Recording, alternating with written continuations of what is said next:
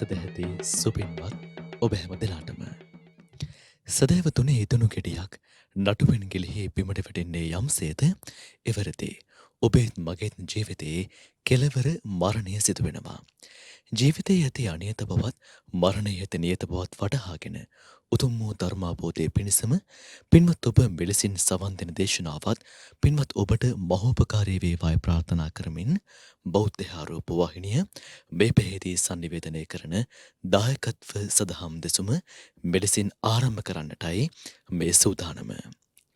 සදහවත්නි මේ උතුම් වූ දේශනාව උදෙසා සිදු කළ වූ ආරාධනය පිළිගෙන බෞද්ධ ආරෝප වාහිනී දෙවන මැදිරියට වැඩම කොට වැඩ සිටින පින්වත් ස්වාමින් වහන්සේ මිනුවන්ගොඩ මොරගොඩවත්ත සම්මා ආජීව බෞද්ධ මධ්‍යස්ථානාධිකාරී පූජනීය මොරාවත්තේ සුබෝධේ පින්වත් ස්වාමින් වහන්සේ අපි හැමදෙනාම පළමු කොට දොහොත් මුතුනත් මැද සාදු නතින් පිළිගනිමු. අවසරයි ස්වාමීන් වහන්ස. සාදු සාදු සාදු. සදහවත්නි අද මේ උතුම් වූ දේශනාව උදෙසා සේ පුණ්‍යකාමී දායකත්වය එකතු කරන්නේ මාකොළ උතුර මාකොළ පදිංචි චන්ද්‍රානි සමරවික්‍රම මහත්මිය සහ සමන් චන්ද්‍රවංශ මහතා ප්‍රධාන ඒ පවුලේ සදැහැති පින්වත් පිරිස. අමන්තා චක්ඛවාලේසු අත්‍රා ගච්ඡන්තු දේවතා සද්ධම්මං මුනි රාජස්ස සුනන්තු සංඝ මොක්ඛදං ධම්ම ශවේන කාලෝ අයං භදන්තා ධම්ම ශවේන කාලෝ අයං භදන්තා ධම්ම ශවේන කාලෝ අයං භදන්තා.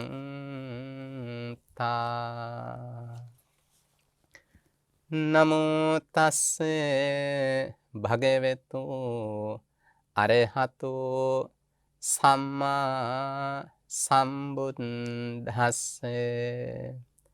නමෝ තස්සේ භගවතු අරහතෝ සම්මා සම්බුද්දස්සේ. නමෝ තස්සේ භගවතු අරහතෝ සම්මා සම්බුද්දස්සේ. චත්තාරිමානි භික්ඛවේ භයානි කතමානි චත්තාරි අත්තානුවාද භයං පරානුවාද භයං දණ්ඩ භයං දුක්ඛති භයං. සදහෙති සත්පුරුෂ කාරුණික පින්බර වාසනාවන්ත පින්වතුනි, පිනැති ඔබ සැවොම මේ මොහොතේ සැරසෙන්නේ තථාගත සම්බුදු බුදු පියාණන් වහන්සේගේ උතුම් සම්බුදු බුදුමවින් දේශනා කොට වදාළ ශ්‍රී සත් ධර්ම දේශනාවක් ශ්‍රවණය කරන්නට පින්වතුන් මේ මොහොතේ බුදුබණ අසා සැනසෙන අතරේ රැස් කරගන්න පින හා සමානවම බෞද්ධ රූප වාහිනිය තුලින් මේ උතුම් බුදුබණ අහන දකින බොහෝ දනන්ගේද සිත් සුවපත් වනු පිණිස දායකත්ව ධර්මානුශාසනාවක් ලෙසින් සිද්ධ කරන්නේ. අද දවසේ මේ ධම් දේශනාවට දායකත්වයේ කරනවා MDL වෛද්‍ය පරීක්ෂණාගාරයේ අධිපතිතුමා අංක 28න් 5 මාකොළ පාර මාකොළ පදිංචි චන්ද්‍රානි සමරවික්‍රම සහ සමන් ධර්මචන්ද්‍ර මහත්මයා ඇතුළු පවුලේ වාසනාවන්ත පින් ඇති පිරිස. ඉතින් කල් වේලාසන අපට මේ ධම් දේශනාවට මෙතුමා ආරාධනා සිදු කරන්නට යෙදුණා. ඒ අනුව කළ ආරාධනාවත් පිළි අරගනිමින් මේ ධම් දේශනාව සඳහා අප වැඩම කරන්නට යෙදුණි. ඉතින් සංසාරයේ කළ මහා පිනක ප්‍රතිඵලයක් ලෙස ඔය ඇතු අපි මේ ආකාරයට මනුස්ස ආත්මයක් ලැබ බුදුරජාණන් වහන්සේගේ ධර්මයේ ඇසුරු කරන්නට තරම් වාසනාවන්ත වුණා. ඒ නිසා ජීවිතේ වාසනාවන්ත භවයේ වටිනකම ජීවිතයේ අත්දැකීම් අපට ලැබෙන්න ජීවිතේ පරිණත වෙන්න ධර්මයට ලං වෙන්න වඩාත් වැඩියෙන් අපට ජීවිතේ දැනෙන්නට පටන් ගන්නවා. Taman නියැලෙන ශේෂ්ත්‍රයත් සමගත් මේ මනුස්ස ජීවිතයේ ස්වභාවය ඔය ඇත්තන්ට හොඳින් ගැඹුරින් වටහා ගන්නත් ඉඩක් අවකාශයකුත් ලැබෙන නිසා ස්වභාවයෙන්ම Taman වඩාත් වෙනදාට වඩා ධර්මයට යොමු වෙන්න Taman නියැලෙන ශේෂ්ත්‍රයත් උදව්වක් වෙනවා. ඉතින් ඒ නිසා අද දවසේ මේ බුදුරජාණන් වහන්සේගේ ධර්මයේ පෙර සංසාරෙත් මේ පිළිවෙලටම අපි ඇසුරු කරන්නට ඇති.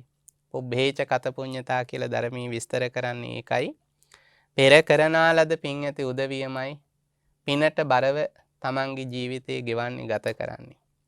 ඒ හින්දා භාග්‍යතුන් වහන්සේගේ ධර්මයේ සංසාරේ ඉඳන් අහපු හුරු පුරුදු කරපු අය ඒ ධර්මයේ තුල හිත පිහිටවන් කටයුතු කරනවා හැසිරෙනවා. එනම් පෙර ඒ හැසිරීම පෙර පුරුද්දද ප්‍රමුඛ කරගෙන අද දවසේ උතුම් සම්බුද්ධ දේශනාවක් අප ශ්‍රවණය කරනවා. ජීවිතයට මඟ පෙන්වීමක් වනු පිණිස අපි මේ ධර්ම දේශනාව ශ්‍රවණය කරමු. පින්වතුනි, ධර්මයත් එක්ක ජීවත් වෙන්න හිත පුරුදු වුණොත් පුංචි කාලේ ඉඳන්ම ජීවිතේ ඒ කෙනාට අතරමඟ බියක් තැති ගැනීමක් ඇති වෙන්නේ නැහැ තමන්ගේ ජීවත් වීම පිළිබඳව. ධර්මයෙන් බැහැරව ජීවත් වෙන උදවිය අධර්මීය සුවයක් කරගත්ත මිනිසුන්ට ඒ තමන් බලාපොරොත්තු වෙච්ච සුවය තමන්ගේ අධර්ම මාර්ගයේ අත්විඳින්න නොලැබී නිරන්තරයෙන්ම බිය තැති ගැනීමත් එක්කයි ජීවත් වෙන්න වෙන්නේ. මේක බුදුරජාණන් වහන්සේ දේශනා කළ අංගුත්තර නිකායේ චතුක්ක නිපාතේ භය කියන සූත්‍ර දේශනාවේ. මේ ලෝකයේ පාපය තුල පිහිටා කටයුතු කරන අධර්මීය තුල පිහිටා කටයුතු කරන කෙනා කාරණා හතරකින් ජීවිතේ බියටපත් වෙන්නේ. ඒ කෙනා තමන්ගේ ජීවිතයේ අත්තානුවාද බය. එයා තමන්ගේ ජීවිතේ තමන්ට මේ ධර්මයේ ඇහෙන්න තමන්ට ජීවිතේ නොතිබ්බ දැනුමක් නොතිබ්බ අවබෝධයක් නොතිබ්බ යථාර්ථයේ පිළිබඳ වැටහීමක් එන්න කළ වැරදි ගැන මතක් වෙලා ජීවිතේ මහ පසුතැවීමක් එක්ක තමන්ගේ හෘද සාක්ෂිය හැම වෙලාවකම ජීවිතේ තමන්ගේ අභිමානය රැකගන්න, තමන්ගේ ධනය රැකගන්න, තමන්ගේ නිලය රැකගන්න මේ ජීවිතේ මේ ඉන්න පුංචි කාලෙට නොමනා දෑ යම් කෙනෙක් කළාද ඒ කළ තරමට මේ කෙනා ජීවිතේ හදවතින් විඳවනවා. ඒ විඳවන තරමටම තමන්ට මේ සංසාරය තුළ තමන් පිළිබඳව උපදින චකිතේ බය වේදනාව බොහොමයි. දැන් සාමාන්‍යයෙන් සමහරක් ඇත්ත ජීවිතේ කළ වැරදි ගැන ඒ ඇත්ත කොච්චරට පසුතැවෙනවද කියනවනම් සමහරු හිතනවා මං ඉතින් මැරිලා ඉපදුනොත් තමයි අලුත්ම පිළිවෙලකට මට ජීවත් වෙන්න පුළුවන් වෙන්නේ. කාට නොදැනෙන්න කාට හසු නොවෙන්න මං කළ වැරදි කාට ආරංචි නොවුනත් මගේ හිත දන්නවනේ. ඒ නිසා හිත ළඟ තමන් ජීවිතයේ කළ වැරදි නිසා කළ පව්කම් නිසා විඳවන හිත ඇතිවුන් තමයි මේ ලෝකේ වැඩිපුර ජීවත් වෙන්නේ. ඒ හින්දා ජීවිතයේ පින්වතුනි නොදැන ඇල්ලුවත් ගින්දර, දැනගෙන ඇල්ලුවත් ගින්දර, දැවීමක්, පිලිස්සීමක්, පිච්චීමක් සිද්ධ වෙනවානේ. ඒ හින්දා සමහරක් වෙලාවට තමන් සාධාරණ කරගන්න පුළුවන් ජීවිතේ ඉතින් අපි දැනගෙන හිටියේ නෑනේ. දැනගෙන හිටියේ නම් මොනම විදිහකින්වත් ඔය පව්කම් ඔය වැරදි ජීවිතේ කරන්නේ නෑනේ කියලා ජීවිතේ සමහරක් තැන්වල තමන්ව ඒ වගේ තැන්වල නිවා ගන්න, සාධාරණීය කරගන්න උත්සාහ කරනවා, බලනවා. හැබැයි මතක තියාගන්න, එහෙම අපි උත්සාහ කළාට ඒ සිතිවිලි වලින් එහෙම අපිව මොහොතකට తాවකාලිකව රවට්ට ගත්තට, සතුටු කරගත්තට ජීවිතයේ තුළ තමන්ට ධර්මානුකූලව හිතලා බැලුවාම අර මතක් කළා වගේ උපමාවෙන් නේද? දැනගෙන ඇල්ලුවත් නොදැන ඇල්ලුවත් ගින්දරමයි. ගින්දරෙන් වන හානිය වෙනවනේ. ඒ හින්දා ජීවිතේ තමන්ට ඒ නිදහසට කාරණාවක් කරගන්න බෑනේ. දැන් සාමාන්‍ය මිනිස්සු හරි පුරුදු වෙලා ඉන්නෝනේ වැරැද්දක් කරා ජීවිතේ ඒකට නිදහසට කාරණා ගොනු කරගෙන එයා හිතින් කල්පනා කරනවා නේ මට ඉතින් ඒ හින්දා විපාකයක් ලැබෙන එකක් නෑ. ඒ පාපයක් නොවේයි කියලානේ. දැන් මම දැක්ක පහුගිය දවසක ඔය සමහරක් වෙලාවට බස් රථ රියදුරන්ගෙන්, කොන්දස්තර මහත්තුරුන්ගෙන් එහෙම ඉතින් විවිධ අය මුදල් අය කර ගැනීම සම්බන්ධව කතා බහක්. ඉතින් ඒ වෙලාවේ සමහර ඇත්තෝ කියනවා නේ අපි මේ පගාවක් අල්ලසක් නෙවෙයි සන්තෝෂමක්ලු දෙන්නේ. ඉතින් එතකොට මේගොල්ලෝ හිතනවා මේ වචනින් පුළුවන්කම තියනවා කියලා ඒ තමන්ගේ වැරැද්ද වහගන්නනේ. ඉතින් මේ ප්‍රසිද්ධියේම කියද්දි තවත් මාධ්‍ය ඉස්සරහට වෙහිල්ලවත් ඔවුන්ට තේරුමන්නේ ඒ වචනින් කිව්වත් තමන් කරන්නේ තමන්ගේ වැටුපට බැහැරින් මේ කරන දෙයක් අතිරේක දෙයක්. ඉතින් ඒක වචනයකින් තමන්ට සාධාරණී කරන්න බෑනේ. ඒ වගේ ජීවිතයේ අපි ධර්මී නොදැන හිටියා කියන එකවත් සත්පුරුෂය හමුුනේ නෑ කියන එකවත් පින්ඵල පල දෙන්න කල් ගියපු හින්දා අපට පවෙහි යෙදෙන්න උනා කියලා ජීවිතේ යම් යම් තැන්වල අපිව නිදහස් කරගන්න දෙ අපි කියයි හිතයි නේද? නමුත් ඉතින් එහෙම හිත හිතාම මේ දේවල් වල තවදුරටත් යෙදෙනවාට වඩා වැදගත් වෙන්නේ ඉතින් අතීතයේ සිදුවීම් සියල්ල Tamanට වැරදිච්ච සියල්ල කමටහනක් කරගෙන අත්දැකීමක් කරගෙන ආයි එහෙම නොවෙන්න ජීවිතේ Taman හැම වෙලාවකම ජීවිතේ Tamanට අදිෂ්ඨානියක් උපදව ගන්න ඕනේ. අපිට මතක් වෙනවා එක රජ කෙනෙක් පුරුදු වෙලා හිටිය රහමෙර පානෙට. එතුම හැමදාම හොඳටම මත් වෙන්න මත්පැන් බොනවා.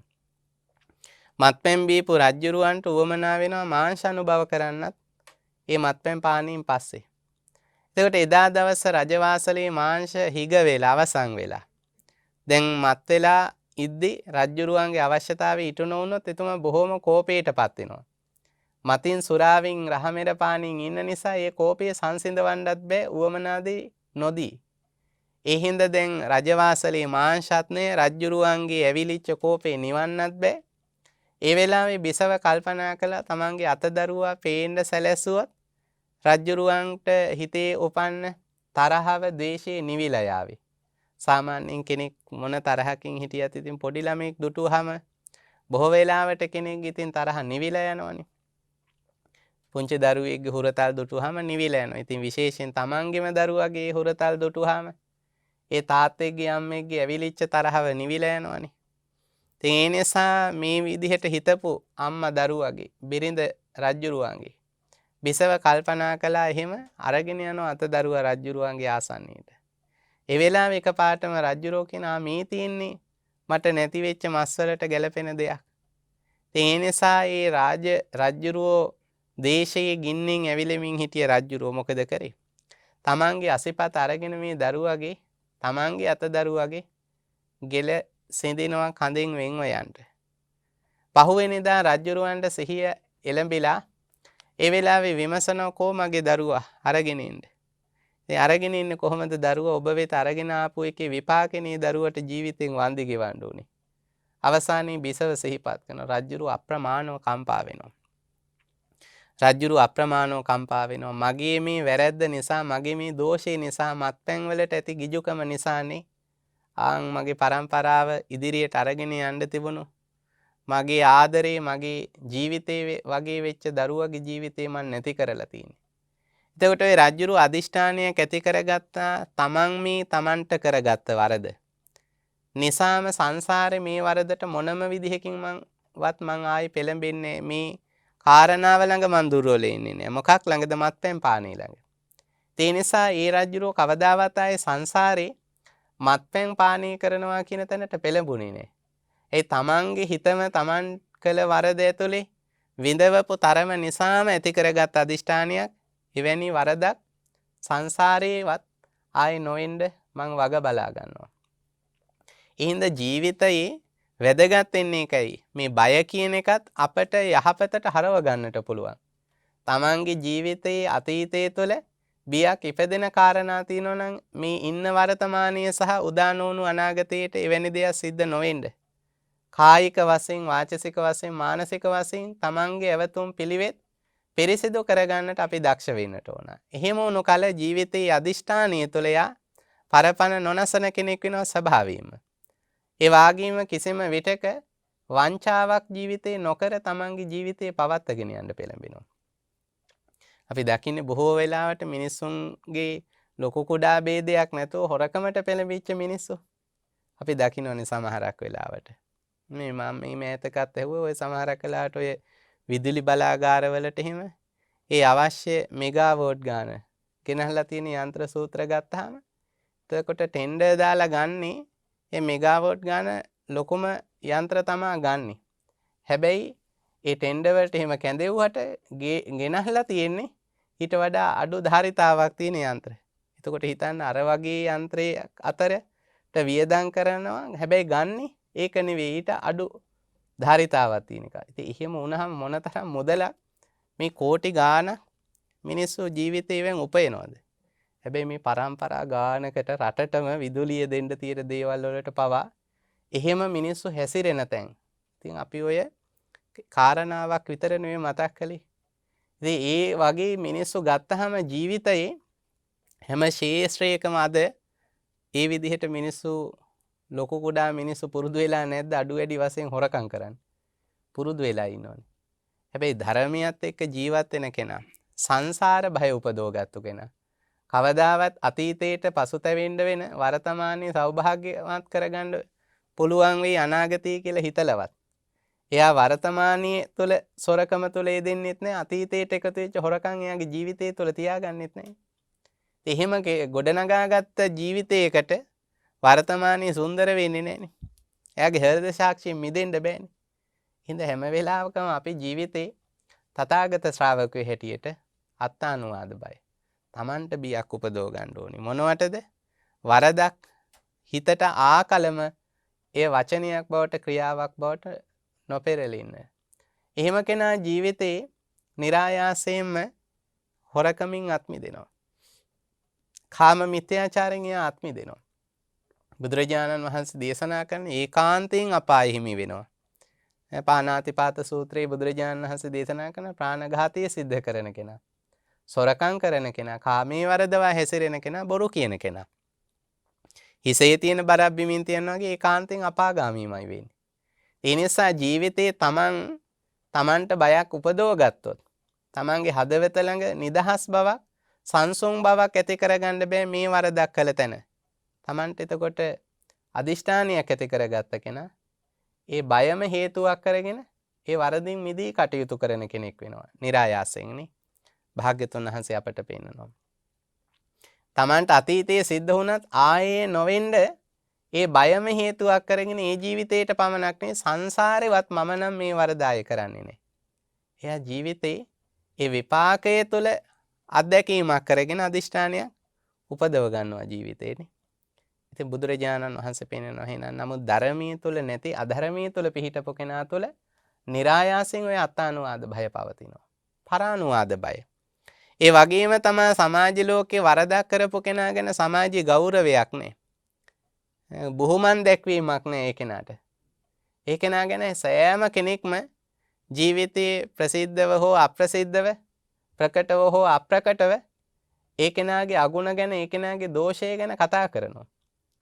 එතකොට ජීවිතයේ අනුන්ගේ ගැරහීමට ලක් වෙනවා. සත්කාර ගරු බුහුමන් ලබන කෙනෙක් බවට පත් වෙන්නේ නැහැ. තමන්ගේ සීලය ගැන විශ්වාස කරලානේ ගිහියා පැවිද්දාට උපහාර පූජා කරන්නේ. පැවිද්දාව පිළිගන්නේ, පාදවන්නේ, පා පිහින්නේ, වඩම් වාගෙන යන්නේ, වඩා හිඳුවන්නේ, සියතින් සකසෝ දානේ පූජා කරන්නේ කොමක් නිසාද? ඒ පැවිද්දාගේ සීලය පිළිබඳ හදවතේ ඇති කරගත්ත විශ්වාසයටනේ.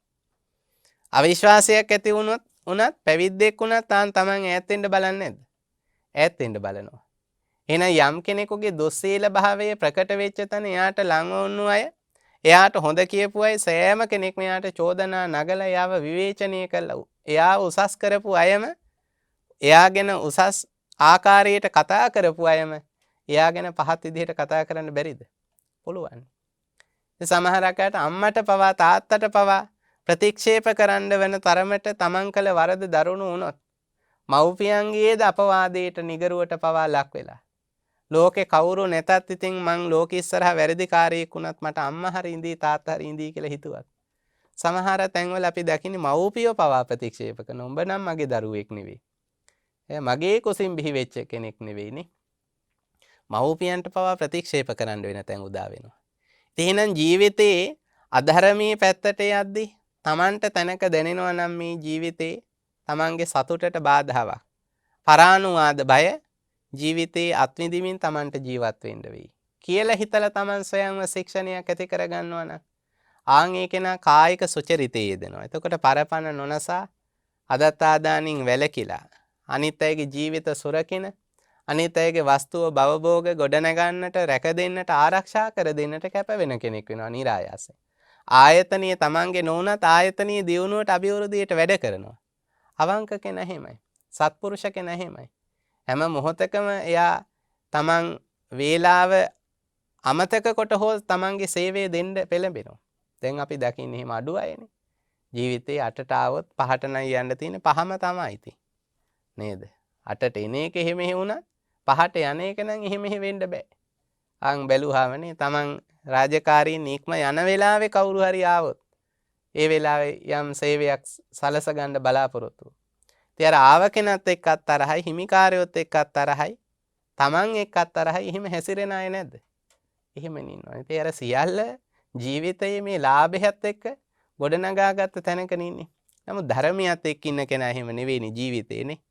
එයා හැම වෙලාවකම සතුටු වෙන්නේ තමන්ට ලැබෙන දෙයට වඩා තමන් දෙන දේ දිහා බලලා. තමන්ට අනුන් කරන දෙයට වඩා තමන් අනුන්ට කරන දේ දිහා බලලානේ. එහෙම මිනිස්සු මේ ලෝකේ සුන්දර විදිහට තමන්ගේ ජීවිත දිහා දකිනවා. සුන්දර විදිහට තමන්ගේ ජීවිත ගෙවන මිනිස්සු බවට පත් වෙනවා. එහෙම කෙනා ගැන කවුරුත් පසසන්නේ නැද්ද? කවුරුත් අගයන්නේ නැද්ද?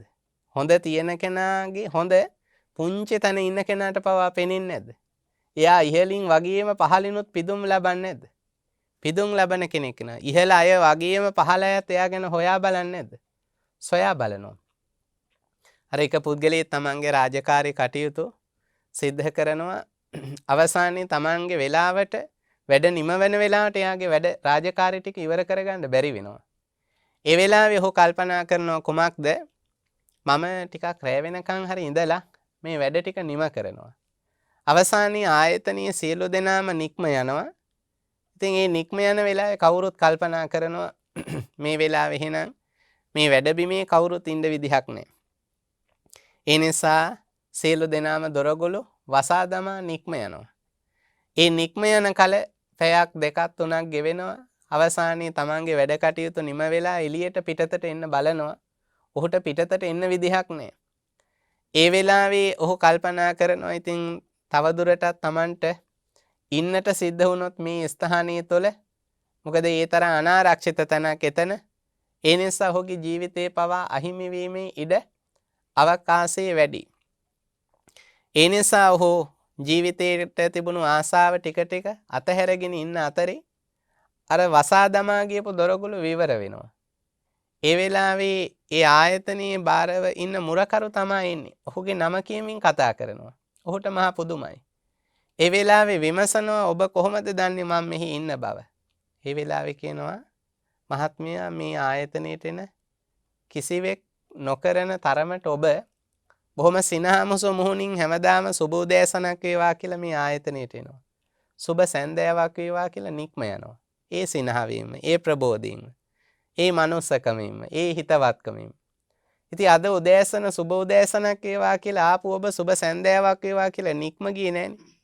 ඒ හින්දායි මම මේ හොයාගෙන ආවේ. ඔබ තාම ඇතුලේ ඇති කියලා හිතුවා. එහෙනම් හිතන්න ජීවිතේ අර අනුන්ගේ හිත් දිනාගෙන ඉන්න කෙනා, අනුන්ගේ ගැරහීමට ලක් නොවී ප්‍රශංසාව අත්විඳින කෙනාට ජීවිතේ නැති වෙන්න යන මොහොතක ජීවිතේ රැක දෙන්න තරම් ඒ අනුන්ගේ සිත් දිනා ගැනීම ජීවිතේට උපකාර වෙන්නේ නැද්ද? ජීවිතේට උපකාර වෙනවා. හැබැයි ජීවිතේ නැති වෙන්න යන තැනකවත් අනිත් අයගේ කරුණාවකටවත් ලක් වෙන්නේ නැහෙනේ අනිත් අයගේ ගැරහීමට ලක් වෙච්ච කෙනා. ඒ වෙලාවට ලෙඩක් දුකක් හැදිලා මහ පොළොවේ කොහේ හරි වැටිලා වුණත් ආන් ඒ කෙනාව රෝහලකටවත් එක් කරගෙන යන්න ඒ තරම් ලොකු උනන්දුවක් අනෙකෙකු තුල ඇති නොම වෙන්නට පුළුවන් නේ. හින්දා ජීවිතයේ Taman කල්පනා කරලා බැලුවොත් අනුන්ගේ ගැරහීමට ලක් වෙනවා කියන්නේ. අනිත් අයගේ අප්‍රසාදයට ලක් වෙන දේවල් ජීවිතයේ කරන් කායිකව වාචසිකව මානසිකව හැසිරෙන්නේ කියලා කියන්නේ. ඒකේ විපාකේ ආයි පරලොවට යන්න ඕනේ මේ ජීවිතේ මත් විඳින්න පුළුවන්. එහෙනම් භාග්‍යතුන් වහන්සේ දේශනා කරන මේ ධර්මයේ තුල සයන් ශික්ෂණයක් ඇති කරගන්න. පුද්ගලයා ජීවිතේ කල්පනා කරන අත්තානුවාද බය ගැන හිතලා. පරානුවාද බය ගැන හිතලා. ඒ වාගේම බුදුරජාණන් වහන්සේ පෙන්වන දණ්ඩ බය. වරදක් කළ කෙනාට විඳවන්න වෙන නීතිය හමුවේ ඒ දුක් විපාක ගැන කල්පනා කරනවා. දැන් සමහරව හිතන්නේ මේ කෝටි ප්‍රකෝටි ගණන් හොරකම් කළත් ඉතින් හිරේ ගියත් රජවරු වගේ ඉන්න පුළුවන් වෙයි කියලානේ. එහෙම ඉන්න පුළුවන් වෙච්ච කාලෙක පහුගිය කාලේ තිබිලා තියෙනවා කියන ඒවා අපි දැක්කනේ. නමුත් ඉතින් දැන් ඉස්සරහට නෑ වගේනේ අපට පේන්නේ තාමනේ. ඉස්සරහට ඒවා කොහොමත් නැති වෙලා යයි වගේ ලකුණක් තමයි පේන්න තියෙන්නේ. එතටම ඉතින් ඉස්සර තිබුණේ එහෙමයි. ජීවිතේ ලොකු හොරකම් පොඩි හොරකම් කළයි කියලා වෙනසක් නැහැ. හොරකමමයි ඒකට අදාළ දඬුවම මේ පිළිවෙලටම ලැබුණනේ. මුල් යුගයේ තුල බුද්ධ කාලේ ඉඳන් මෙහෙමයි. එහෙනම් වරදක් කළොත් ඒ වරදට අනුරූපීව නීතිය හමුවේ සකස් කරලා තියුණු දඬුවම් මේ පිළිවෙලටම ලැබුණා. එතකොට අන්න බුදුරජාණන් වහන්සේ පෙන්වනවා ජීවිතේ පවට බර වුණු කෙනාට ජීවිතේ පවෙන් තමන්ව මුදව ගන්න ශික්ෂණයක් ඇති කරගන්න උපකාර කරගන්න පුළුවන් බියක් උපදව ගන්න කමටහනක් කරගන්න පුළුවන් වැරද්දක් කරපු අයට විඳවන්න වෙන හැටි. දැන් සමහරු හිතනවනේ තමන් බරපතලව කරන වැරදිවල තරමට තමන්ගේ තියෙන සහසම්බන්ධතාවන් වලට සමහරකට ඒවයින් උපයපුවෙන් ওই දේශපාලඥයින්ගේ කටයුතු වලට විහිදම් කරලා හැම ඒ අයට ටිකක් හේතු වෙලා සම්බන්ධ වෙලා හිටියොත් අහුණත් ඉතින් ගැලවෙන්න පුළුවන් වෙයි කියලානේ. ඉතින් එහෙම වෙච්ච අය වෙන්න තින ඔය සමහරුන්ගේ කෝටි 30 40 තිබ්බා ගිනුමේ කියලා හැම ඔය අහුවෙන්නේ. හැබැයි ඉතින් ඒ අය දැන් ඔය යන්නේ නේද? පේලියට යනවා, පොලිමට යනවානේ. එහෙනම් ඉතින් ජීවිතේ ඊට මෙහා ඒ වගේ වැරදි කරපුවන්ට දැන් මේ වෙලාවේ බය උපදින්නේ නැද්ද? බය උපදින. ඉතින් ඒ වගේ අයත් ඔන්න අහු වෙනවා නම් නේ. දැන් අර ඉස්සර කිව්වේ එහෙම නෙවෙයි නේද? තෝරු මෝරු ගැලවෙද්දි හාල් මැස්සෝ තමයි අහු වෙන්නේ කියලා නේ. එහෙනම් ආම් පුංචි පුංචි වැරදි කරපු ඔය සමහරක් වෙලාවට අඹ ඉත්තක් කඩාගත්ත පොල් ගෙඩියක් කඩාගත්ත අය මෙන්න යනවා හිරේ. ඒ වුණාට මෙහෙමයි යන්නේ නැහැ කී කියන්නේ කතා කරපු කාලයක් තිබුණානේ. ඒ නීතිය සාධාරණව සිද්ධ නොවන කාලෙනේ. එහෙනම් මේ බුදුරජාණන් වහන්සේ පෙන්වන්නේ නීතිය කවදා සාධාරණව වෙන යුගයක වෙන කාලෙක හැබැයි වැරද්දක් කරපු කෙනාට මිදෙන්න හම්බෙන්නේ නැහැ. ඒ හින්දා ධර්මියත් එක්ක ඉන්න කෙනා කල්පනා කරනවා සැනසෙනවා ජීවිතේ ධර්මයෙන් බැහැර සුවය හොයපුවොන් දඬුවම් හමුවේ විඳවද්දි මට ඔය විඳවීම උරුමනේ අයිති නෑ. මං ඒකින් මාව මුදවගත්තු කෙනෙක්. ගලවගත්තු කෙනෙක් කියන සුවය සැනසෙල්ල එයා ළඟ නැද්ද? එයා ළඟ තියෙනවා. දුක්ගති බය. සමහරක් වෙලාවට ජීවිතේ හිත රවට්ටගෙන දේවල් හිතලා තමන්ව අර මම මුලින් කිව්වා වගේ තමන් කරපු සහ කරන වැරදි ඇතුළේ මිනිස්සු හිත නිදහස් කරගත්තත් ඒ වාගේම අනිත් අය නොදැන ඉන්න නිසා අනිත් අයට සලකන නිසා අනිත් අයගේ ගැරහීමට ලක් නොවි එයා හිටියත් ඒ වගේම තමයි සමහරකට නීතිය සාධාරණ ඉටු නොවන යුගයක නම් එයා නීතියේ දඬුවමෙන් ගැලවිලා ඉන්නත් පුළුවන්. හැබැයි ඉතින් ජීවිතේ දුක්ගති බය. කොහෙන් ගැලවුණත් එයාට දුගතියෙන් අපායෙන් මිදෙන්න පුළුවන්. අපායෙන් මිදෙන්න පුළුවන් කමක් නැහැ. මොකද මේ ලෝකේ මොන නීතියට ලෝක නීතියට වඩා හරි සාධාරණයි කර්ම නීතිය කියන එක. එනේ කර්ම නීතියෙන් කිසිවෙකුට ගැලවෙන්න බෑ. නිරයන් පාප කම්මිනෝ. නිරයේ යන පව් කළ කෙනෙක් නම් එයාට නිරයට යන්න වෙනවාමයි. බුදුරජාණන් වහන්සේ දේශනා කළා. සග්ගං සුගතිනෝ යන්ති. සුගතිය යන්න දෑ කරපු කෙනෙක් නම් සුගතිය යන්නම ලැබෙනවාමයි. ගබ්බමේකේ උපජ්ජන්ති. මව්ගේ කුසක යලි උපදින්නට තරම් පින දියුණු කරපු කෙනෙක් නම් අම්මේගේ කුසේ උපදිනවාමයි. ඒක ඉතින් සාධාරණයි. ඒක වෙනස් වෙන්නේ නැහැ. ඒ ධර්මතාවයේ වෙනස් වෙන්නේ නැහැ කියන්නේ පුද්ගලයා මතනේ. එන ඊට අදාළ දේ ජීවිතේ අපි කරගෙන තිබීම තමයි වැදගත් වෙන්නේ. සුගතියට අදාළ දේ. මව් කෙනෙක්ගේ කුසක යලි පිරිසිඳ ගන්න. සුගතියකට යන්න. പ്രേත ලෝකං පෙරේත ලෝකයට යන්න. දේ කරගත්තොත් ඒක නා පෙරේත ලෝකෙටම තමයි යන්නේ. ගබ්බ මේකේ උපජ්ජන්ති නිරයන් පාපකම්මින.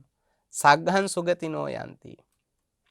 පරිනිබ්බන්ති අනාසව ධර්මී විස්තර කරනවා. පිරිනිවීමට වැඩ මේ ජීවිතයේ සිද්ධ කරපු මිනිස්සු ජීවිතේ පිරිනිවීමෙන්ම කෙලවර කරගන්නවා. තමන්ගේ ජීවිතේ.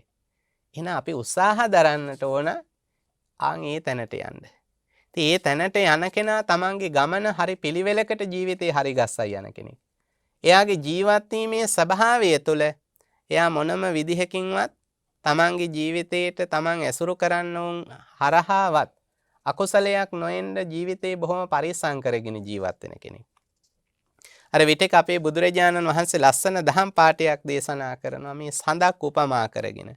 සූත්‍ර පාඨයක් තියෙන චන්දූපමා භික්කවේ කුලානි උපසංකමත අපකස්සේව කායං අපකස්ස චිත්තං නිච්චනවකා කුලේසෝ අපගබ්බා. බුදුරජාණන් වහන්සේ දේශනා කරනවා හරියට මේ පැවිද්දෙකුට විස්තර කරන එක ගිහියෙකුට උනත් හරි වැදගත්. සඳක් වගේ ජීවත් වෙන්න කියනවා. එතකොට මේ සඳක ස්වභාවය තමයි හඳ කියන එක හැම කවදා දැක්කත් අපිට හඳ හරි අලුත් විදිහටනේ පේන්නේ. හඳ හරි නැවුම්. එතකොට මේ පිනට බර වුණු කෙනා ජීවිතේ හැමදාම නැවුම් බවකින්. එයා කරන දේවල් වල හැමදාම එයාගේ පින්කම් වල අලුත් බවක් පේනවා. ඒ වගේම තමයි එයා කවදා දුටුවත් කොයි වෙලේ දැක්කත් අර දකින්න කෙනාට ජීවිතය තුළ මහ ප්‍රසාදයක් උපදවන තරම් පුණ්‍යවන්ත භාවයක් එයාගේ ඇසුරෙන් දැනෙනවා. එයාගේ වචන වලින් දැනෙනවා. එයාගේ ඇවතුම් පැවතුම් වලින් පවා ප්‍රකට වෙනවා. එහෙනම් ගිහියෙක් හැටියටත් ඔබ ජීවත් වෙන සමාජය තුළ ඔබට සඳක් වගේ ඉන්න පුළුවන් නම් හරි වටිනවා. හැබැයි ලස්සනයි කියලා සඳට කාටවත් එහෙම කිට්ටු වෙන්න බෑනේ. ඒ හින්දා බුදුරජාණන් වහන්සේ හරි ලස්සන වචනයක් දේශනා කරන ඔය සූත්‍ර පාඨයේ ඇතුලේ අපකස්සේව කායං අපකස්ස චිත්තං. ගතින් හිතින් ඈත ඉඳගෙන සමාජයේ ඇසුරු කරන්න. ගතින් අසීමිතව ලං වෙන්න යන්නත් එපා. හිතින් අසීමිතව බැඳෙන්න යන්නත් එපා. ජීවිතේ වැදගත් වෙන එක. යමක් කරන්න. කරලා ගතින් බැඳිලා ඉන්න බලාපොරොත්තු තියාගන්න ඕනත් නැහැ. එතෙන්ට හිතින් බැඳිලා ඉන්න ඕනත් නැහැ. ගිහියෝ හැටියටත් හරි වැදගත්. ජීවිතේ අපි ගතින් බැඳෙන්න යන තැන්වලම නෙවෙයිද අපි නොදැන අපි කිලිටි වෙන්නේ. අපි හිතින් බැඳිච්ච තැන්වලම නෙවෙයිද රැඳිලා අපි ජීවිතේ කිලිටි වෙලා තියෙන්නේ. ඒ නිසා ජීවිතේ අපි අපේ සීමාවල් අතික්‍රමණය කරන්නේ නැතිව ඉන්න පුරුදු වුණොත් බුදුරජාණන් වහන්සේ පෙන්නනවා යා හඳක් වගේනේ. හඳ හැමදාම අලුත් වෙනවා. හඳට හැමදාම කවුරුත් කැමති. ඉරේලිය රළු වෙච්ච දාට අපි ඉරේලියට කැමැත්ත ටිකක් හරි අඩු වෙනවනේ. නමුත් ජීවිතයේ සඳ එළිය වැඩි උණයි කියලා අපි සඳ එළිය ටිකක් වැඩිපුර තියෙන රැයට අපි වඩා කැමතිනේ. ඉතින් ආන් ඒ වගේ බුදුරජාණන් වහන්සේ පෙන්වන්නේ ඔබ ශ්‍රාවකෙක් නම් ඒ ශ්‍රාවකත්වයේ තුළ අනුගමනය කරන්න මේ පිළිවෙත. සඳක්සේ හැමදාම නැවුම් බවකින් ඉන්න. තමන්ගේ සිතිවිලි නැවුම් කරගන්න, තමන්ගේ වචන වෙනදාටත් වඩා පරිස්සම්ව භාවිතා කරන්න. ජීවිතේ සමහරුන්ට ජීවිතේ දැනුම්වත් භාවයේ ඇති වුණාම වැඩි වුණාම සමහරක් වෙලාවට තමන්ගේ සීමාවන් අතික්‍රමණය කරගෙන යන්නේ නැද්ද? නිලතලයක් හම්බ වුණාම සමහරක් වෙලාවට මිනිස්සු ජීවිතේ වචන ඇතුලේ වුණත් තමන්ගේ සීමාව දන්නේ නැනේ. අර එක සිදුවීමක් තියෙනවා. එක පුද්ගලයෙක් එයා පිලෙක්. ඒ කියන්නේ මේ දෙපා කොර වෙච්ච ඇවිද ගන්න බැරි කෙනෙක්. ඔය රජගහ නුවර ආසන්නයේ ජීවත් වෙනවා බුද්ධ කාලේ. බුද්ධ කාලේ එහෙම ජීවත් වෙද්දී මේ පුද්ගලයා එක පසේ බුදුරජාණන් වහන්සේ නමක් ඉන්න යුගයක මේ පුද්ගලයා ජීවත් වෙනවා. බොහොම අතීත සිදුවීමක්, අතීත කාලෙක. එතකොට මේ කෙනා හැමදාම රජවාසල ආසන්න දොරටුව ළඟ මහ නුග ගහක් තියෙනවා. නුග ගහ පාමුල රැඳිලා ඉන්නවා. ඔහුගේ දක්ෂතාවයක් තියෙනවා ගල් කැට වලින් විදීමේ දක්ෂතාවය. කැටපෝලින් විදීමේ දක්ෂතාවයක් තියෙනවා. එතකොට ඔතනින් යන්න ඉන්න පුරුදු වෙච්ච දරුවෝ හැමදාම මේ පුද්ගලයා ළඟ නැවතිලා හිටියාම අර ළමයින්ව පුදුමයටපත් කරන්න, සතුටු කරන්න ඔහු මොකද කරන්නේ? අර නුග පත්‍රවලට ගල් කැට වලින් විදලා ඒ නුග පත්‍රවල ලස්සනට අශ්ව මුව වගේ රූප සටහන් සකස් කරනවා. ළමයි හිනහෙනවා, සතුටු වෙනවා. කන්න බොන්න මුදලුත් ඔහුට ලැබෙනවා. ඉතින් ඔහුගේ ජීවනෝපාය එය. මෙහිම ජීවත් වෙද්දී දිනක් දරුවෝ වට වෙලා ඉන්න වෙලාවක රටේ රජ්ජුරුව එනවා තෙන්ට. ඒ වෙලාවේ රජ්ජුරුව ආකල දරුවෝ ටික විසිරලා දුවගෙන යනවා මේ පුද්ගලයා එහි තනි කරලා. ඔය වෙලාවේ රජ්ජුරුවන්ට නුගගස් සෙවණි වෙනදට සෙවණ ලැබුණට එදා රජ්ජුරුවන්ට ඉරේලිය අර නුග පත්‍ර අතරින් සිදුරු වෙච්ච රජ්ජුරුවන්ගේ මුහුණට වැටුණාම ඒ දිහා බලලා රජ්ජුරුවහන කාගේ වැඩක්ද මේක? ඒ වෙලාවේ එතන හිටිය රාජපුරුෂයෝ කියන මේ පුද්ගලයාව පෙන්නලා මෙන්න මේ කෙනාගේ වැඩක් ඕක. ඉතින් රජ්ජුරුවෝ ඒ වෙලාවේ Tamanට තිබුණු ගැටලුවකට උත්තරයක් කරගන්නවා මේ පුද්ගලයාව. ඒ වෙලාවේ ඔහුට කිට්ටු වෙලා අහනවා ඔබ ගාව හොඳ දක්ෂතාවයක් තියෙනවා. ඔබේ ওই දක්ෂතාවය භාවිතා කළා මට උදව්වක් කර හැද්ද? පුළුවන්. ඒ මොකද්ද? ඒ තමයි මගේ බමුණු පුරෝහිතයා. හරි කටවාචාලයි. ඉතින් එයාගෙන් මට මහ බාධාවක් හිරිහැරයක් තියෙන්නේ. හින්දා ඒ කටවාචාලකම අඩු කරන්න බැරිද? නුඹට ওই දක්ෂතාවය භාවිතා කළා. ඒ තමයි ඔහු වැඩිපුර කතා කරන වෙලාවක නුඹට උපායශීලීව බැරිද ඔහුගේ කටට එළු බෙටි විදින්න? දැන් දැකලා තියෙනවනේ එළු බෙටි බොහොම පුංචිනේ. ආම් පුළුවන්දයි කියලා රජුරු අහනවා. ඒක මං කරන්න. එහෙනම් රජතුමනි ඔබ ඔහුව කතාවට අල්ලගත්ත වෙලාවක තිරයක් දාන්න. ඒ තිරේ මෙහා පැත්තේ මං ඉන්නම්. මං ඉතිරි ටික කරන්න. මට එළු බෙටි ගෙනවිත් දෙන්න. දැන් ওই වෙලාවේ රජුරෝ ඉතින් එළු බෙටි නැලියක් ගෙනවිත් දෙනවා ඔහුට. අර බමුණු පුරෝහිතයත් එක්ක කතා බහක යෙදෙනවා. යෙදෙන අතරේ සිදුරක් හදලා මේ තිරේ මෙහා පැත්තේ ඉඳගෙන අර කතා කරන වාරයක් පාසා මේ වෙලාවේ මේ දක්ෂතාවයේ තියෙන මේ පුද්ගලයා කටට විදිනවා ඔහුගේ එළු බෙටි. ඉතින් අර එළු බෙටි නැලිය ඉවරුණාට පස්සේ තිරේ සොලවනවා මේ පුද්ගලයා. රජුරෝ දැනගන්නවා පවරපු රාජකාරිය අහවරයි කියලා. ඒ වෙලාවේ අර බමුණු පුරෝහිතයට කියන පුරෝහිතේ නුඹ සිහියක් පතක් නැතුව කොච්චර කතා කරන් ගියාද කියනවා නම් එළු බෙටි නැලියක්මත් අනුභව කරමින් තමයි ඔය කතාව කරන් ගියේ කියනවා. ඉතින් එතකොට සිද්ධිය දැනගත්ත මේ බමුණු පුරෝහිතයට මහ ලැජ්ජාවක් උපදිනවා. එහෙනම් ජීවිතේ මම මතක් කරේ ඒකයි සමහරක් වෙලාවට මිනිස්සු තමන්ගේ තරාතිරමින් ටිකක් ඉහළට ගියාම නිලතල ලැබුවාම දැනුගත්කම් ලැබුණාම තමන්ගේ වචන භාවිතා කළ යුතු සීමාවන් මොනවද කියලා දන්නේ නැහැ. අර මං කිව්වා වගේ සීමාවන් අතික්‍රමණීය කොට හැසිරෙන ස්වභාවයක් නේ අපි දකින්නේ. හැබැයි බුදුරජාණන් වහන්සේ මේ පෙන්වන්නේ ධර්මියත් එක්ක ජීවත් වෙන කෙනා. එහෙම නෑ. එයා ජීවිතය තුළ කය හික්මව ගන්න ඕන පිළිවෙලක් දන්නවා. කායික වශයෙන් තමන්ව තබා ගන්න ඕනි සීමාවනුත් අඳුනගෙන හැසිරෙන කෙනෙක්. වාචසික වශයෙන් වචනේ හික්මවාගෙන වචනේ ප්‍රමාණයේ තේරුම් අරගෙන ජීවත් වීමත් අඳුනගෙන ජීවත් වෙන කෙනෙක්. ඒ වාගේම තමා ජීවිතය තුළ හිතන හිතවිලි වල වුණත් එයා ඔහේ කල්පනා ලෝකයක ජීවත් වෙන්නේ නැහැ. කල්පනාවට ගත යුතු දේවල් හිතනවා. එහෙම ඒ කෙනාගේ සිතට උනත් එන්නේ නැහැ එයාට ප්‍රතිවිරුද්ධ දේවල්. ද්වේෂයම උපද්දවන, ලෝභයම උපද්දවන දේවල් එන්නේ නැහැ. එහෙම ආවත් එයාට ඊට අදාළ වූ කුසල සිතවිලි පහළ වෙනවා. දැන් සමහරක් වෙලාවට ජීවිතේ කෙනෙක් අපිට දෙනවා පරිත්‍යාගශීලීසේ පේනවා. හැබැයි එයාගේ පරිත්‍යාගශීලීත්වය පරීක්ෂා කරලා බැලුවාම එයා දෙන්නේ කොහොමද? එයා බොහෝ දේවල් රැස් කරන තරමට දෙන බවකුත් පේනවා. හැබැයි දෙන්නේ කොහොමද? එයා රැස් කරපු ආසාව අඩු වෙච්ච දාට. ඉතින් එයා හැමදාම රැස් කරන හින්දා දවසින් දවස අලුතෙන් දේවල් රැස් කරද්දී පරණ ඒවාට තියෙන ආසාව අඩු වෙනවනේ. අඩු වෙන නිසා දෙනවා. හැබැයි බුදුහාඳුරෝ ධර්මයේ පෙන්වන්නේ හරිම පරිත්‍යාගය කියන්නේ මොකද්ද? ජීවිතේ කල යුතු දිය යුතු මොහොතේම දීම තමයි දීමනාව හැටියට විස්තර කරන්නේ. එහෙනම් ජීවිතේ අපි දීමනාව කරන්නේ මොකටද දෙන්නේ? දීමනාව දෙන්නේ අනිත් අයගේ ආසාව වඩවන්න නෙවෙයි අපි දෙන්නේ. තමන්ගේ ආසාව අඩු කරගන්න. එහෙනම් ජීවිතයේ දීමනාව කියන එක දෙන්නේ තමන්ගේ ආසාව අඩු කරගන්න. එහෙනම් ආසාව වැඩියෙන් තියෙන වෙලාවෙනේ අපි යමක් දිය යුත්තේ. අපි යමක ප්‍රයෝජනීය වැඩියෙන්ම ගන්න වෙලාවේ අපිට දෙන්න පුළුවන් නම් අන්න අපි දීමේ දක්ෂතාවය කරපු කෙනෙක්. දැන් තරුණ කාලේ ඉඳපුවා වයසට ගිහිල්ලා මං කාට හරි හොයලා බල්ලා දෙනවා කියලා තියන් ඉදිද්දි ඒවට තියෙන ආසාව Tamanට නැහැනේ. මොකද ඒවත් වයසට ගිහිල්ලා අඳින්න පුළුවන් ඒවා නෙවෙයි. ඒවා තරුණ කාලේ අඳින ඒවා. ඒතකොට දැන් Taman වයසට යන කාලේ ඒ කාලේ ඉන්න තරුණියෝ ඒ ඇඳුම් වලට කැමැත්තක් උපදින්නේ. මොකද ඒ කාලේ තියෙන විලාසිතාව තව වෙනස් එකක් නේ. එහෙනම් ඒකෙන් කාරණා දෙකක් තියෙනවානේ. යමක උවමනාව Tamanට වැඩියෙන්ම තියෙන වෙලාවේ දුන්නොත් තමයි ඒක ලබන කෙනාට දෙක වැඩියෙන්ම ප්‍රයෝජනවත් වෙන්නේ නේ. ඒකයි ධර්මයේ තුල විග්‍රහ කරන්නේ. එහෙනම් සත්පුරුෂයාට මේ කාරණා තේරෙනවා. මං කිව්වේ කර කුසල හිතක ඉන්න කෙනාගේ හිතට එන්නේ ඔහොම අදහස්නේ. තමන්ගේ ත්‍යාගය තමන් කරන්න ඕනි, දියුණු කරන්න ඕනි මෙන්න මෙහිමයි කියලා එයා ත්‍යාගය ගැන හිතයිදී ඔහොම සංකල්පෙන්නේ. එහෙම සංකල්ප ආපු කෙනාට ත්‍යාගය දියුණු කරගන්න එක පහසු නැද්ද? එයාට පහසුවක් උපදින්න ජීවිතේ. එතකොට ජීවිතේ කෙනෙකුට සමහරක් අයට සලකගෙන යද්දී එයාගේ අකෘතඥකම් දැක්කහම කොච්චර කිව්වා හැදෙන්නේ නැත්තම් නැහැදිච්ච කම්ම නම් ප්‍රකට වෙන්නේ.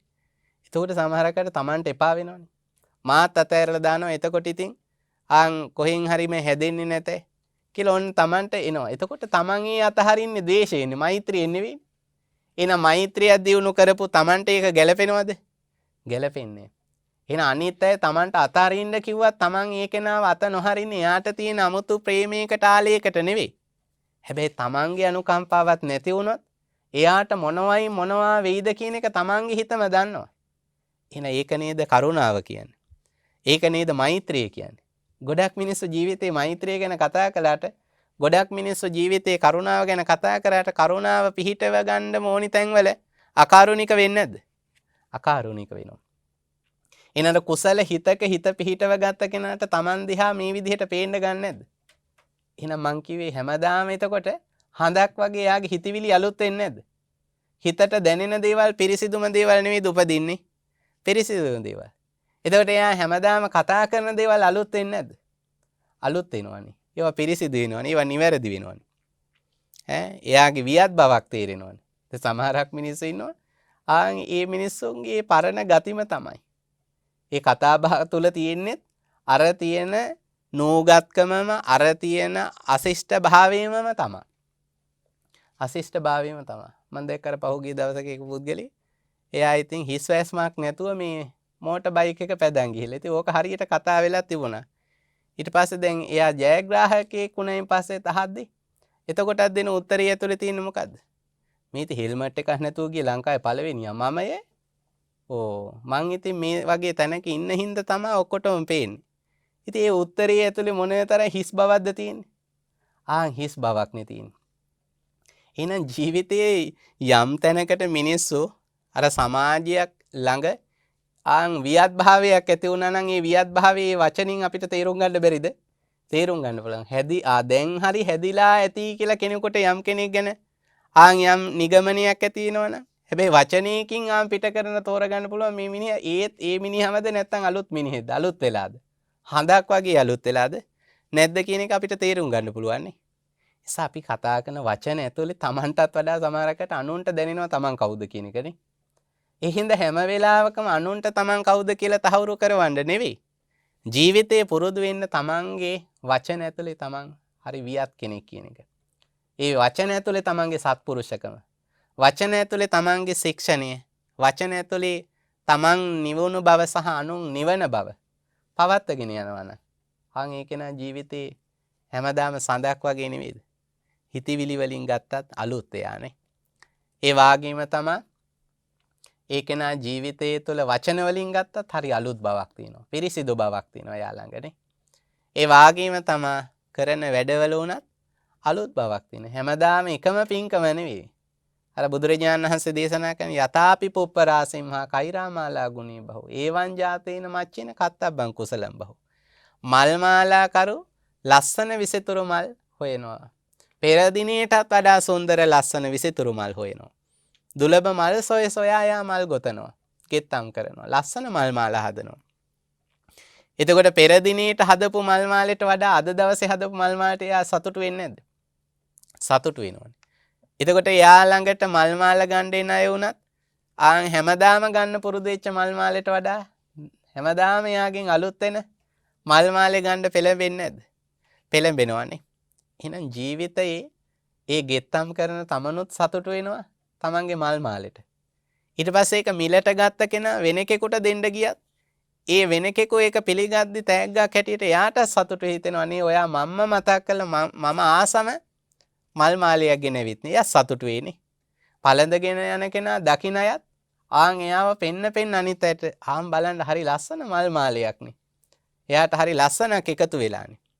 දැන් ජීවිතයේ තුළ සත්පුරුෂයාගේ ක්‍රියාදාමයන් එහෙමයි. එයා කරන කටයුතු ඇතුලේ මිනිස්සුන්ට හරි පිළිවෙලක් තියෙනවා. පිරිසිදු බවක් තියෙනවා. විනිවිද භාවයක් තියෙනවා.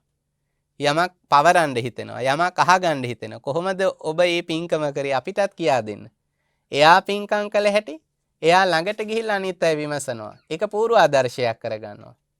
ඉතින් හිම මිනිස්සයාගේ ජීවිතයේ හැමදාම මහ සැහැල්ලුවක් තියෙන්නේ නැද්ද? ලොකු සතුටක් තියෙන්නේ නැද්ද? සඳක් වගේ අලුත් වෙන කෙනාගේ ජීවිතේ තමන්ගේ ජීවිතේ තමන් ගැනම තමන්ට මහ අභිමානයක් තියන් මියදෙනකන් ජීවත් වෙන්නේ නැද්ද? අනුන්ගේ හැමදාම පැසසුම් ලබන කෙනෙක් වෙන්නේ නැද්ද? අනිත් අය වරදට දඬුවම් විඳිද්දි මං එවැනි වරදකට සංසාරේවත් හසු නොවෙන්න මාව පරිස්සම් කරයි යන කෙනෙක් නේ කියන අභිමානී හිතේ ඇති වෙන්නේ නැද්ද? එහෙම කෙනාට කවදාවත් මියදෙන මරණ මංචකේ අපාය බය උපදින්නේ නැහැ. සැකයක් උපදින්නේ කොතනකව මං අපාගාමී වෙයිද කියලා. දැන් සමහරු පින් කරගෙන ගියත් හිත අවිශ්වාසයිනේ. ජීවිතේ මං අපාගාමී වෙයිද දන්නේ නැහැ. බුදුහාඳුරෝ දේශනා කරේ එකයි අපිට මේ ජීවිතයේ සතුට මොකද්ද? නුවණ මොකද්ද? ජීවිතේ තේරුම් අරගෙන ජීවත් වෙන්න. ධර්මයේ ලස්සන සූත්‍රයක් තියෙනවා අසන්තුට්ටි කියලා සූත්‍රයක්. එහි විස්තර කරනවා භාග්‍යවතුන් වහන්සේ අසන්තුට්ඨිතාය පහනාය සන්තුට්ඨිතා භාවේතබ්බා. ජීවිතයේ අසතුට අතෘප්තිය දුරු කරන්න තෘප්තිය දියුණු කරන්න. දැන් ගොඩාක් මිනිස්සු ගත්තාම ඉන්නේ අතෘප්තියනේ සතුටින් ඉන්න මිනිස්සු හරි අඩුයිනේ. ජීවිතේ රස්සාවක් නොකර ඉන්න කෙනා නොකරන කමේ අසතුටින් කරන කෙනා කරන කමේ අසතුටින් ඉගෙන ගන්න කෙනා ඉගෙන ගන්න එකේ අසතුට ඉගෙනගෙන ඉවර වුණු කෙනා ආන් ඉතින් එතනින් පස්සේ Tamanට බැඳිලා කරන්න වෙන ඒවා අසතුටින් ඉන්නේ. මෙච්චර ඉගෙන ගත්ත හින්දාද මන්ද මෙච්චර වගකින් මේ තරම් ඉගෙන නොගෙන හිටියනම් මේ තරම් රස්සාවක් හොයන්න ඕන වෙන්නේ නැන්නේ. හොයපු හින්දානේ කරන්න උනේ. ආන් හේතු කියා විඳවන්නේ නැද්ද? විඳවනවානේ. දැන් දරුවෝ හදපු අය කියනවා අර අදත් එක අම්මා කෙනෙක් වයසක අවුරුදු 85 මට කියනවා බණක් ඇහුණලු හාඳුරු කෙනෙක් දේශනා කරාලු එක දරුවෙක් ඉන්නවා කියන්නේ එක දුකයිලු. දරුවෝ දෙන්නෙක් ඉන්නවා කියන්නේ දුක් දෙකයිලු. ඉතින් යාට ඉන්නේ දෙකයි. ඒ හින්දා ඉතින් දුක් දෙක තදට දැනිලා. මම ඒක කියනවා. ඒ හින්දා මම පතන්නේම යලු ඉපදුනොත් විවාහ නොවි ඉන්න. කවදා හරි සංසාරේ තනිකඩවම යන්න. එහෙමයි. ඉතින් යාගේ ප්‍රාර්ථනාව මාත් එක්ක හරියට කියනවා හම්බ වුණා. පර්චේස් 10ක පුංචි ගෙදරක රස්සාවක් කරන් තනියෙන් ඉන්නලු කල්පනාව.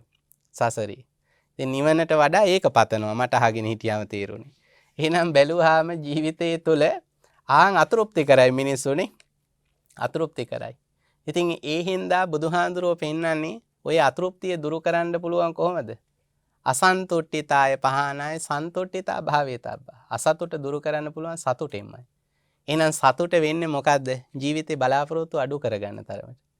එයා ඊළඟ නිමේෂය ගැනවත් අලුත් බලාපොරොත්තුවක් නැහැ. එයාට මේ උදා වෙච්ච මොහොත තුළ මේ නිමේෂය තුළ එයා සැහැල්ලුවෙන් ජීවත් වෙනවා.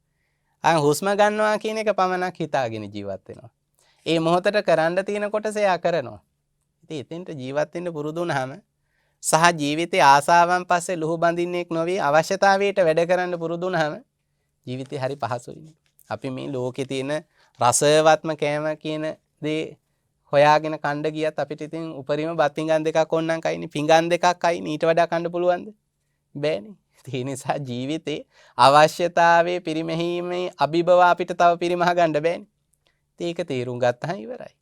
මේ ලෝකේ වටිනම ඇඳුම ඇඳත් එකයි ටිකක් අඩු වියදමක එකක් ඇඳගෙන ඇඳත් එකයි මොකෝ වෙන්නේ විලිවහ ගැනීමනේ පළවෙනි කාරණාව. වෙන්න ඕනි දේ වෙනවා නම් ජීවිතේ Taman මේ ඇඳුමට දෙන වටිනාකම ඒ තරම් හිතන්න ඕම නැහැ. අවශ්‍යතාවයේ පිරිමැහෙනවා නම් සීතල මැකෙනවා නම් උෂ්ණයේ මැකෙනවා නම් මැසි මදුරුවන්ට හිරිහැර කරන්න බැරි නම් අඳින ඇඳුමින් අවශ්‍යතාවය ඉටු වෙනවා නම් එච්චරනේ ජීවිතේ. කන කෑමෙන් තමන්ගේ කුසගින්න නිවෙනවා නම් එපමණනේ.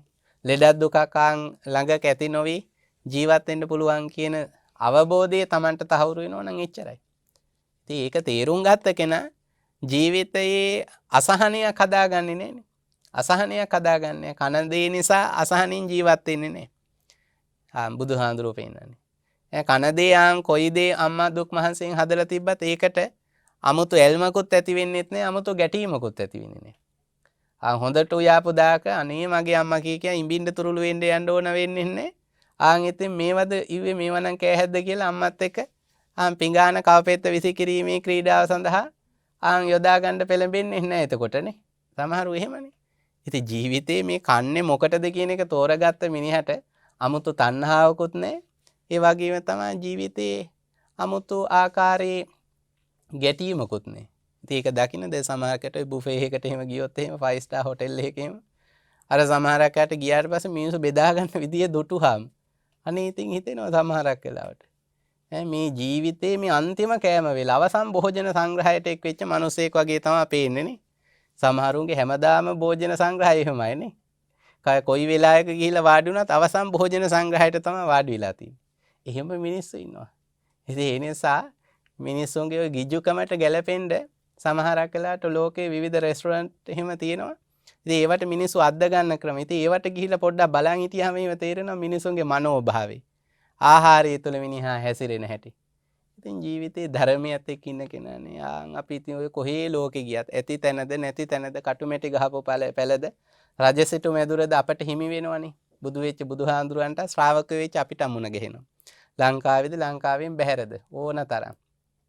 හැබැයි ඉතින් අපි ගන්න ප්‍රමාණි. ඒකට හුරු වුණාම පුරුදු වුණාම 아무තු දෙයක් නෑ. ඉතින් ජීවිතේ. හරි ඒ අවශ්‍යතාවය ඇතුලේ අපි සතුටු වෙලා ඉඳලා තියෙනවනේ. වැදගත් වෙන්නේ ඒකනේ. එහෙම නොවුණු මිනිසුන්ට ඔය කොරෝනා කාලේ එහෙම මොකෝ උනේ? ගිය අවුරුද්දේ ගිහිල්ලා කාපු තැන්වල පින්තූර මේ පහුගිය මාස 3 දදා හිටියනේ. අනේ කවද්දායි මෙහෙම තැනකට ගිහිල්ලා කන්නේ කියා. ඒ තරමට ප්‍රශ්න නෙනේ. ඉතින් කාපුවා මතක් කර කර හරි අතෘප්තියෙන් ඉන්න මිනිස්සු නෙවෙයිද? එහෙම ඉන්නේ. නමුත් ඉතින් ජීවිතේ අවශ්‍යතාවයට වැඩ කරන කෙනාට ජීවත් වෙන දින ගානට ගයක් හදනවා කියන තැනට පෙළඹුණු මිනිහටනේ. මහා මන්දිරයක් තනාගෙන ජීවිතේ මැරෙන වෙලාවෙත් ඕක පෙනිලා අසහනින් මැරෙන්න වෙන්නේ නැණි කවදාවත්. මේ හැම දෙයක්ම අපි අවශ්‍යතාවයටයි කරගෙන යන්න ඕනේ. එතකොට හරිය සැහැල්ලුයි. සල්ලහකවතී සැහැල්ලු ගතිය ඇතිව ජීවත් වෙන්න ඒක උදව්වක් වෙනවානේ. දැන් බුදුහාඳුරෝ පෙන්නනවා අපිට. අසම්පජඤ්ඤස්ස පහනාය සම්පජඤ්ඤං භාවේතබ්බා. ජීවිතේ අනුවණකම දුරලන්න පුළුවන් නුවණැසීමයි. අයෝනිසෝ මනසිකාරිය මේ නැති කරන්න පුළුවන් යෝනිසෝ මනසිකාරියම. කුසල අරමුණකම පිහිටලා ඉන්න හිත පුරුදු කරපු කෙනාට අකුසලයේ භයානකත්වය දකින්න පුරුදුණු කෙනා මේ ජීවිතේ අනුවණ වැඩ කරගන්නේ නැහැ. අර මම මතක් කරපු බය හතරට වැටෙන වැඩ කරගන්නේ නැහැ. එයා බොහෝම සැහැල්ලුවෙන් තමන්ගේ ගමන යන කෙනෙක් වෙනවා. ඒ නිසා ඔබේ ජීවිතය තුළ මේ ශක්තිය දියුණු කරගන්න. මේ ශක්තිය වඩව ගන්නට. භාග්‍යතුන් වහන්සේ ඒ එගීම ශ්‍රාවකයෙක් හැටියට ජීවිතය ඇති කරගන්න පිළිවෙල ওই දේශනාවෙත් විවරණය කළා. අවසානයේ බුදුරජාණන් වහන්සේ දේශනා කළන්නේ මහිච්ඡතාය පහනාය අපිච්ඡතා භාවිතබ්බා. ආසාවල් පොදි බැඳගෙන යන එකේ ඇති වෙහෙස ව්‍යාකූල බව නැතිව සැනසෙන්න හිතන කෙනෙක් නම් අපිච්ඡතාවේ අඩු ආසාවක් ඇති කෙනෙක් වෙන්න. ආසාවල් හීන කරගෙන ජීවත් වෙන්න. එතකොට මේ ගමන යන්න පුළුවන් බොහෝම සැහැල්ලුවට. එයා ඇතිදාටත් නැතිදාටත් ජීවිතයේ සෑම දෙයක්ම අර පිරිමැස්මෙන් පාවිච්චි කරපු කෙනෙක් නේ. අදටත් අපි ඉතින් පොතක් අරගත්තොත් ඒ පොත ඉවර වෙනකම් පාවිච්චි කරනවානේ. වෙන කෙනෙකු වුණත් නිකරුණේ පොතක පිටු හිස්ස තියෙනවා දුටුවාම අපිට ඒ වෙලාවට ඔහුට අවවාදයක් අනුශාසනාවක් කරන්න හිත පෙළඹෙනවනේ. පෑනක් පැන්සලක් ওই දහම් පාසල් දාට දරුවෝ ඇවිල්ලා පෑන් පැන්සල් හරියට දාලා යනවා. ඉතින් ඕව අතුපතු ගාන ගමන් මං අහුලලා ගොඩ ගහලා තියෙනවා. ඉතින් සමහරක් අය.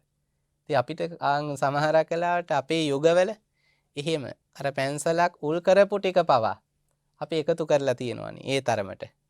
ඉතින් ඒ නිසා ජීවිතේ සමහරක් අය පැන්සල් කූර පවා උල් කරද්දි පැන්සල් කූර කැඩුනොත් ඒකෙන් අරගෙන හරි අපි ලියන්න පෙළඹිච්ච තරම්. ඒව ඇතුලේ හැදිච්චකන් ඇතුලේ අපිට ලොකු අර පිරිමැස්ම ජීවිතේ පුරුදු වුණානේ. ඒ නිසා ජීවිතේ මහිච්ඡතාවයේ ඇතිවුන්ගේ විනාශකාරීත්වය වැඩි. අපිච්ඡතාවයේ ඇතිවුන්ගේ සම්පත් උනත් විනාශ කිරීම බොහොම අඩුයි.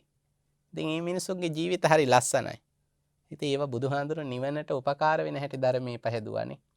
එහෙනම් ඔබ ඔබේ ජීවිතයේ ජීවන දර්ශනය කරගන්න මේ ධර්මයේ. එහෙම මේ ජීවන දර්ශනය එක වෙලාවකට එක දවසකට එක පැයකට පැය භාගයකට නෙවෙයි. ජීවිතයේ හුස්ම ගන්නවා වගේ ජීවිතයේ ධර්මයේ ගලපගත් ඔබට ඒ සුවය සැනසෙල්ලත් විඳින්න පුළුවන්. එහෙම ඔබ ඔබේ ජීවිතේ නිවන කරාම යන කෙනෙක් වෙයි. ඉතින් මේ නිවන් මගම තහවුරු කරගන්න මේ උතුම් සම්බුද්ධ දේශනාව ඔබ කාටත් උතුම් මඟ පෙන්වීමක් ආශිර්වාදයක්ම වේවා කියලා අපි සාදු කියා ප්‍රාර්ථනා කරගනිමු.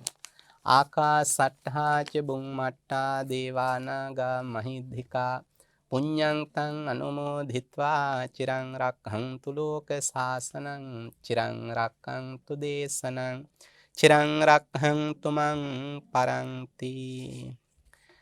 අද දවසේ මේ ධම් දේශනාවට දායකත්වයේ කළා පින්වත්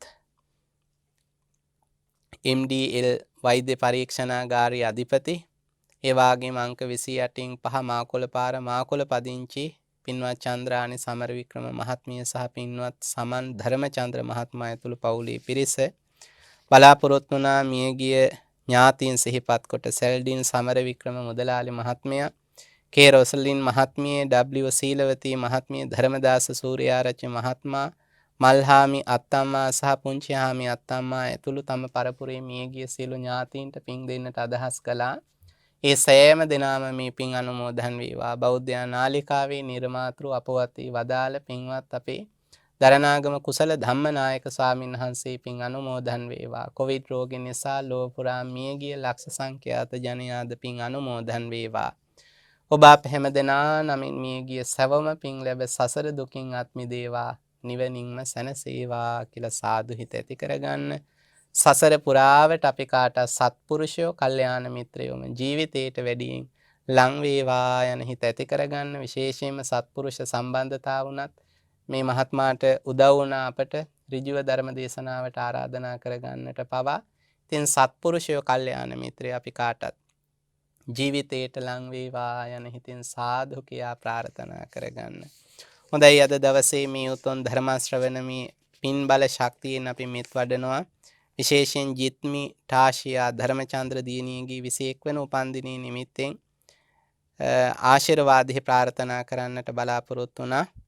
ඉතින් ඒ දුවට සුබ උපන්දිනයක් වේවා. වෛද්‍ය ශිෂ්‍යයාවක් වූ ඇගේ ඉගෙනීම් කටයුතු ඊටාම සාර්ථක වේවා. ඊටාම හොඳට සමාජයට ලෝකෙට මෙහෙවරක් කරන්නට පුළුවන් වෛද්‍යවරියක් වෙන්නට ශක්තිය දිරියේ කාන්තයෙන් සැලසේවා. ඒ වාගේම වෛද්‍ය ශිෂ්‍යයෙකු සතිෂ් එරන්ද පුතාටත් ආශිර්වාද කරන්නට බලාපොරොත්තු වුණා. ඉතින් ඒ පුතාටත් නිදුක් බව නිරෝගී භාවයේ සුවපත් භාවයේ චිරජීවනයේ කාන්තයෙන්ම සැලසේවා. රොෂාන් විත්තසිංහ මහතාට නිරෝගී සුවය ප්‍රාර්ථනා කරන්න බලාපොරොත්තු වුණා. ඒ වාගේම චන්ද්‍රානි මහත්මිය ඇතුළු පවුලේ සියලුම දෙනාට සමන් මහත්මයා චන්ද්‍රානි මහත්මිය ඇතුළු පවුලේ සෑම දෙනාට ආශිර්වාදෙහි ප්‍රාර්ථනා කරගන්න සිතින් මේ උතුම් පුණ්‍ය කටයුත්ත අද දවසේ සිද්ධ කරා. ඉතින් ඒ අනුව MDL වෛද්‍ය පරීක්ෂණාගාරයේ සේවයේ නියැලෙන හැම දෙනාට ඉතින් අධිපතිත්වයේ හොබවමින් කටයුතු කරන චන්ද්‍රානි සමරවික්‍රම සහ සමන් ධර්මචන්ද්‍ර මහත්මයා ඇතුළු ඔබ හැම දෙනාට මේ මොහොතට එක්වුණු සියලු දෙනාට ඔබේ පවුල්වල සෑම සියලු දෙනාට රටවැසි ලොවවැසි සියලු දනන්හට බෞද්ධ නාලිකාවේ වර්තමාන සභාපති අපේ බොරලන්දේ වජිරඥාන ස්වාමීන් වහන්සේ ඇතුළු සමස්ත බෞද්ධ කාර්ය මණ්ඩලයටත් නිදුක් බව නිරෝගී භාවයේ සුවපත් භාවයේම චිරජීවනයේම වේවා. කායික චිත්ත පීඩා ඇති නොම වේවා. දූපතුන්ගේ අධ්‍යාපන කටයුතු සාර්ථක වේවා.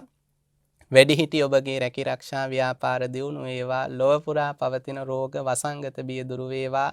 ලෝකේ ලෝකයා කෙරෙහි දෙවියන්ගේ දේවාශිර්වාදයේ සැලසේවා. කාගෙත් මෙලව පරලොව ජීවිත වාසනාවන්ත වේවා. උතුම් නිවන් සුවය සැලසේවා කියලා අපි සාදු කියා ප්‍රාර්ථනා කරගමු. හැම දිනාට තෙරුවන් සරණයි.